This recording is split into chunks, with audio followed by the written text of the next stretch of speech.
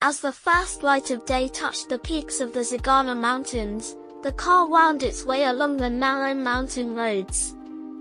The air was still cool, and the pine trees by the roadside looked as if they were hidden inside the mist. Toprak gazed out the window, mesmerized by the white fog stretched like a blanket and the mountain tops slowly revealing themselves. Apart from the hum of the engine, the only sound was the distant chirping of birds. The road twisted sharply, the view was breathtaking. His parents carefully drove uphill, whispering, "Look how high we are." Toprak held his breath and whispered, "Are we above the clouds?" His eyes were fixed on the mountains blending into the sky. Built on steep cliffs deep in the forest, Zimela Monastery looked like a palace from a fairy tale in the morning sun. Its stone walls bore the marks of centuries, and the wind howled as it hit the rocks. After a long hike, Toprak and his family climbed the stairs. With every step, the monastery became clearer, and Toprak rushed forward with excitement. Inside, colorful frescoes carved into the stone walls came into view. "Are these really hundreds of years old?" he asked. His parents nodded. Every step was like a silent tribute to the past. As they looked out the monastery window at the valley, it felt like time had stopped. Nestled like a pearl between green-covered mountains, Yuzungal was wrapped in morning mist. The wooden houses and minaret reflected on the water like a painting. The family went for a walk along the lake shore. Birdsong and the distant sound of the call to prayer gave the lake a peaceful atmosphere. Toprak took off his shoes and touched the water, smiling. "It's so calm here," he said. His mother held his hand as they continued walking. His father captured the moment on camera. When they sat at a lakeside tea garden, steam from the samovar mixed with the fog above the lake. In the heart of Trabzon, the Ortahiza neighborhood still held the soul of the past with its narrow streets, stone houses, and flowered balconies. The family explored on foot, and every corner seemed to tell a different story. They entered a small Black Sea restaurant where a steaming bowl of kumak arrived at the table. The melted cheese stretched in long threads, blending with the golden butter. Toprak dipped in his spoon and laughed in amazement. "It stretches so much," he said.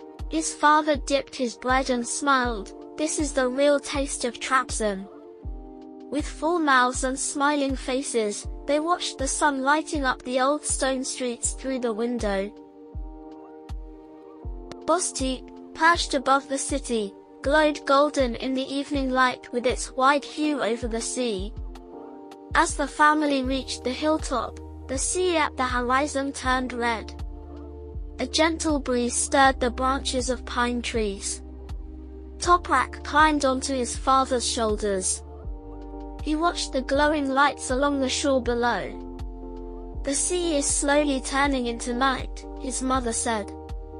As the sun slipped behind the clouds, the sky turned orange, purple, and pink.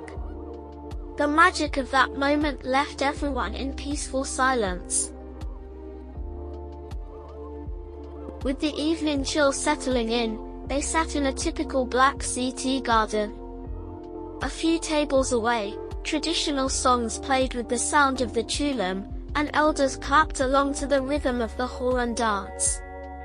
Tea was served at every table, the samovars bubbling away. Toprak tried to follow the rhythm, tapping on the table. His father recorded his joyful moves. His mother smiled. "This is what the Black Sea is like. It makes your heart dance." The sparkle in their eyes matched the feelings stirred by the music. They set out in a small rowboat across the still waters of Lake Zara. Reeds swayed gently by the shore, and clouds drifted across the water's surface. Toprak reached for the oars with excitement. His father helped, and together they rowed toward the center of the lake. "It feels like walking on water," Toprak said. As the boat rocked gently, the sky began to darken, and calm silence surrounded them. His mother leaned back, letting the lake's peace wash over her. Time seemed to stop in that stillness. A graceful building appeared among the trees, Ataturk's mansion. Its garden was filled with flowers, and soft light from the windows made it look like a storybook from history. As the family stepped inside, the wooden floors creaked gently. Portraits, antique furniture, and old clocks gave the feeling of traveling through time. Toprak entered one room and looked around carefully. "Did Ataturk really stay here?" he asked in awe. His parents silently nodded. At that moment, they all felt how powerful it was to walk through history. As they drove far from the city into the highlands, green hills and drifting fog revealed the wild beauty of nature. The family pulled over and began to walk along a mountain path. The grass was damp, and the air was crisp and clean. Toprak bent down and picked a tiny flower. "Does this only grow here?" he asked. His father knelt beside him. "Yes, it's unique to this place." They continued through the mist, spotting goats along the hills. Smoke curled from a distant Highland house chimney. It was easy to imagine the warmth of a stove inside.